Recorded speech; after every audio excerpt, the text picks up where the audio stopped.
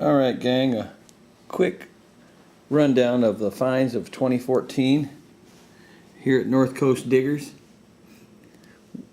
Our list of large cents starts with an 1812 large cent. You can make out she's a little toasty, but there she is. Then we have an 1816 and definitely a matron head, but a little toasty there. We never got a date on that one. Then we have what we call a hard times token from 1837.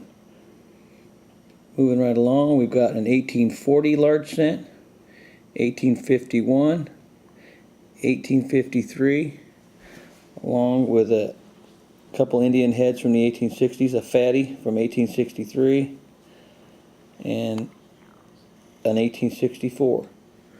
We also have what is called a bouquet token, or an unsue. I don't know if you can see it, it's pretty toasty, but you can still see the sue on it. It's got a square nail hole in it. Thought that was pretty cool.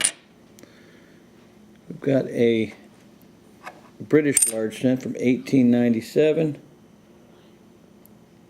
We have a Chinese coin circa 1911.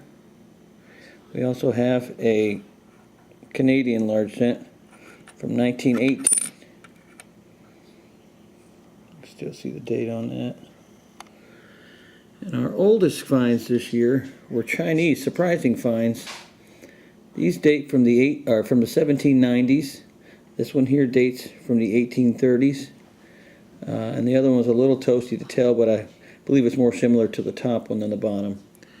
Several Indian head pennies we found this year, ranging from, I think our oldest is 1863 all the way up to 1907, I believe.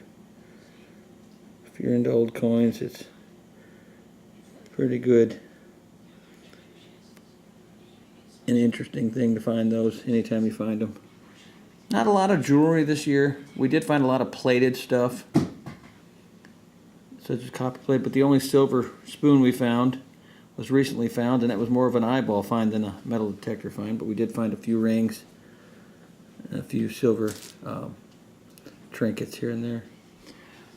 Moving over to the silver finds, we did find our largest was an 1917 Walking Liberty half dollar.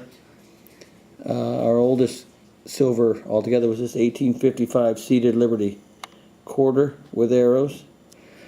Unique find was this florin, a 1943 Australian florin, which was unexpected to say the least, but still an interesting find. Not a lot of barbers or seateds this year, but our oldest and largest barber was a 1905 plain quarter, and the rest were dimes ranging from 1892, 1899, 1910, 1912, and 1914. We found several V-nickels, ranging from our oldest here of 1888 all the way up to 1911 is the oldest we found. Found several buffalo nickels. A lot of them were dateable, but most of them were too old and too toasty to get too much off of them by way of dates, but still cool and interesting to find. Several quarters, ranging from 1935 all the way up to the 1950s.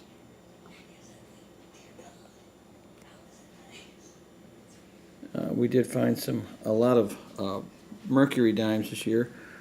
Our oldest is a 1916 plain, wouldn't you know, but still an interesting find. 17 was kind of toasty there, but we found several, as you can see.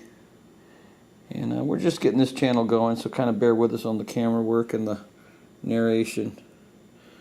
A lot of war nickels and a lot of Roosevelt dimes, but still looking at them, and Nathan here is pointing to his first silver and his oldest silver, this 1939 Merc, which I think for any young metal detectorist is going to be a cool thing to do and something you'll never forget. But I'm going to let off with that, and hopefully you enjoy, and hopefully we get better and bring you along on some of these digs this year as we get more into the live digs.